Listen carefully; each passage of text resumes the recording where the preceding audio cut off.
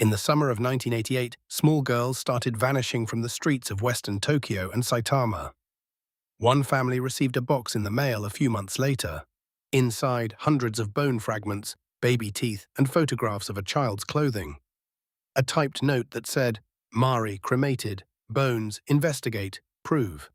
When police finally arrested a suspect the following summer, they walked into a room wallpapered floor to ceiling with nearly 6,000 videotapes.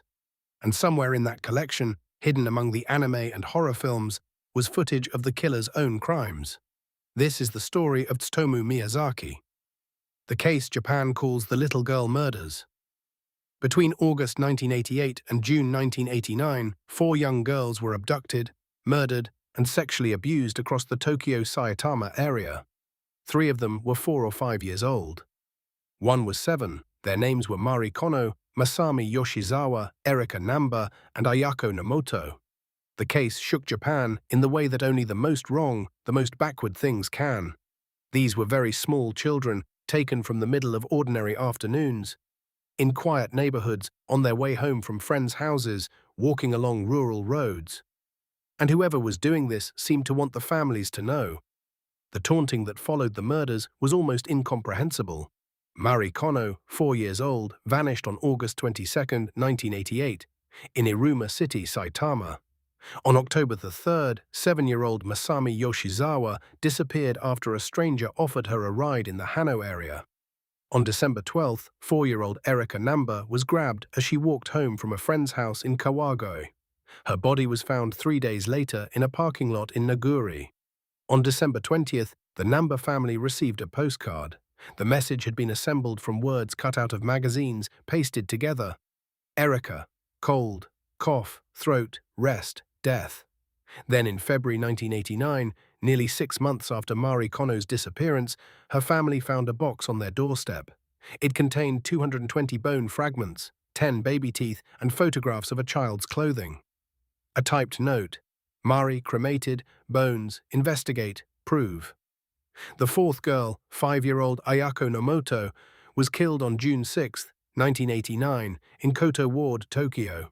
Her remains were found dismembered and abandoned in separate locations, her torso left in a cemetery, her head in the hills nearby. By the summer of 1989, the entire Tokyo Saitama region was in a state of fear. Parents walked their children to and from school. Curfews were enforced across neighborhoods. Police were flooded with tips, most of them wrong. The arrest, when it finally came, was almost accidental. On July 23, 1989, in Hachioji, a man was photographing a young girl in a park, a girl he had persuaded to undress. Her older sister was close by, and when the girl's father arrived and saw what was happening, he attacked the man directly. The man ran. But he made one critical error: he left his car behind. He came back for it. By then, police were already at the park, responding to the father's call. They arrested Tsutomu Miyazaki beside his vehicle. He was 26 years old. When officers searched his 2-room bungalow on the family property, they found something that has become one of the most recognized images of the entire case. A room packed, floor to ceiling, with 5,063 videotapes, anime, slasher films, horror, explicit content, but also interspersed throughout, footage and photographs of his victims. His vehicle was a black Nissan Langley. He had used it to approach every one of the 4 girls, luring them under some pretense, an offer of a ride, an invitation to pose for photographs, a friendly approach to a small child who had no reason yet to be afraid. He would drive to a wooded or secluded location and kill them there. Masami Yoshizawa, the oldest victim at 7, had been driven to the same wooded area Miyazaki had used for his first murder. Erika Namba was photographed in the back of his car before being killed. Her body was left in a parking lot. With Ayako Nomoto, the 4th victim, Miyazaki did not leave the body at the scene. He drove her to his apartment. He remained with her remains for 2 days. When decomposition became impossible to ignore, he dismembered the body and disposed of it in separate locations. He kept her hands. According to the prosecution's case, which was accepted by the court, he consumed them. It was also reported by investigators that all 4 families received silent telephone calls in the weeks following the murders. A voice that said nothing, only breathed. Understanding Miyazaki means going back further, to who he was before the murders, and what happened to him in the months just before they began. Tsutomu Miyazaki was born on August 21, 1962, in Itsukaichi, in western Tokyo. His family was prominent. His father ran a regional newspaper, and his grandfather and great-grandfather had both served on the town council. On paper, this was a family of standing, but Miyazaki had been born premature with a rare condition called radiulnar synostosis. The bones in his forearms were fused at birth, leaving his wrists unable to rotate upward. His hands, when held out, turned inward. It was a visible difference, and at school other children noticed. He was ostracized throughout his childhood. He kept to himself. He never formed close friendships with peers. The one person he bonded with deeply was his grandfather. While his parents were occupied with the demands of work and family, his grandfather was the one who gave him time and attention. By all accounts, Miyazaki was closely attached to him. In May 1988, his grandfather died.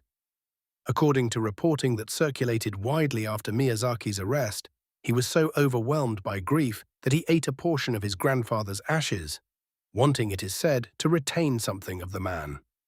3 months later, the day after his own 26th birthday, he abducted and killed Marikono. There is no single clean line between a grandfather's death and 4 murders.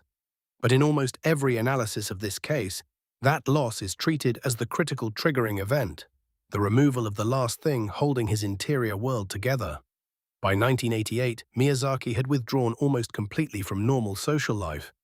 He had graduated from high school and reportedly hoped to attend Meiji University, but failed to qualify for admission. He worked part-time as a typesetter at his father's newspaper, a position that connected him to the family's business, but not, it seems, to the family or to the world outside. He had no friends, no romantic relationships, and no apparent direction. His world had contracted to his bungalow and his tapes, nearly 6,000 videotapes. He recorded and collected compulsively. Anime, horror films, slasher movies, explicit material. His collection was organized with the precision of someone who had decided that the recordings were more real, more meaningful than anything outside. When his grandfather died, and the one genuine human bond he had was severed, what remained was that room, those tapes, and the darkening direction his fixations were taking. The trial produced one of the most contested psychiatric records in Japanese legal history. 3 separate teams of court-appointed experts examined Miyazaki and arrived at incompatible conclusions. One team found he had at least one personality disorder, but ruled him sane and fully capable of understanding and taking responsibility for his actions. A second team concluded he had either dissociative identity disorder or a form of schizophrenia, and recommended institutionalization rather than punishment.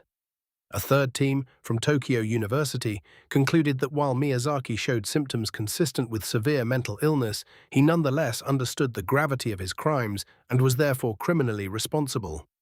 In the courtroom, Miyazaki himself did little to clarify the picture.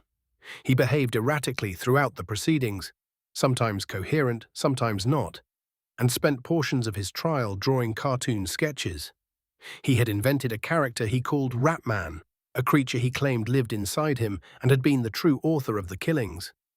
He spoke about the murders in the third person, as if describing someone else's actions. He drew this alter ego repeatedly and referred to it when pressed about the crimes. Whether this was a genuine dissociative experience, a deliberate legal strategy, or something else entirely. Experts disagreed at the time and have never fully resolved the question. What is clear is that the court did not accept it. On April 14, 1997, nearly 9 years after the first murder, the Tokyo District Court sentenced Miyazaki to death. Judge Kenjiro Tao ruled he was of sound mind and fully responsible. The Tokyo High Court upheld the verdict on June 28, 2001.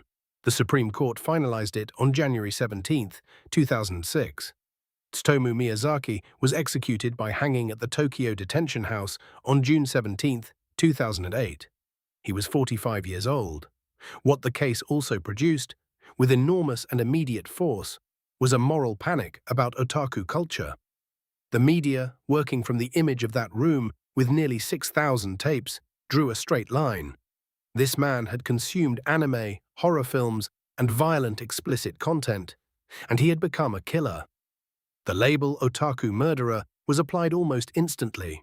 Otaku, a word that had previously described someone with an intense hobby, with connotations of mild social awkwardness, became, almost overnight, a word carrying danger and social pathology.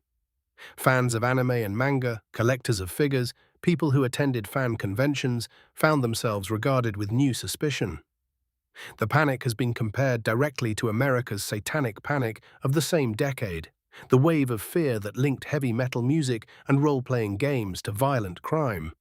Both panics used one extreme case to make sweeping claims about millions of people. Both were largely wrong. Later analysis, including by academics who studied the case specifically, pointed out that the majority of those nearly 6,000 tapes were ordinary commercial recordings, television dramas, sports broadcasts, standard films. The violent and explicit material was a fraction. More importantly, countless people across Japan consumed the same content and harmed no one. The content did not produce a killer. It produced a convenient symbol that was easy for media to exploit. The real factors were specific and personal. Isolation that had never been interrupted, a single attachment to another person that was severed, a pathological fixation that had been developing in private, unchecked, for years. Those are harder to talk about than a tape collection. They implicate more of us, the institutions and the communities that should notice someone fading and don't. 4 children died.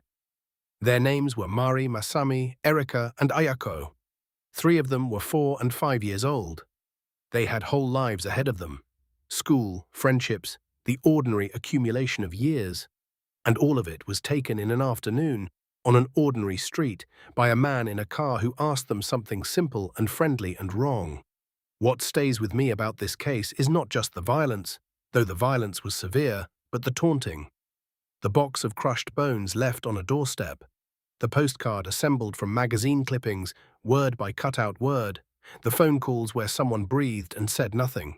Whatever else was happening in Miyazaki's mind, he chose to return to those families again and again after the murders. He made sure they knew. That cruelty was deliberate. The Miyazaki case left Japan with questions that haven't been fully answered. Not about the anime, not about the tapes, but about the harder thing. What do we do with a person who is visibly disconnecting from the world, year by year, and no one intervenes? A man who had no genuine human bond except his grandfather, and when that bond broke, fell away into something irretrievable. The case was framed, for a long time, as a story about media and subculture, but underneath it is a simpler, more uncomfortable story about a person allowed to disappear entirely while living in a bungalow a few feet from his family. There is no redemptive lesson here that makes it tidy. The court reached a verdict. 19 years later, the execution was carried out. The families of 4 girls still live with what happened. But if there is anything worth taking from this case, it is this: isolation, left completely unaddressed, becomes its own kind of emergency. The signs are usually quiet, usually hidden in plain sight. Thank you for watching. If these stories stay with you, if understanding why matters to you as much as what, subscribe and stay with us. That's the question we're here for.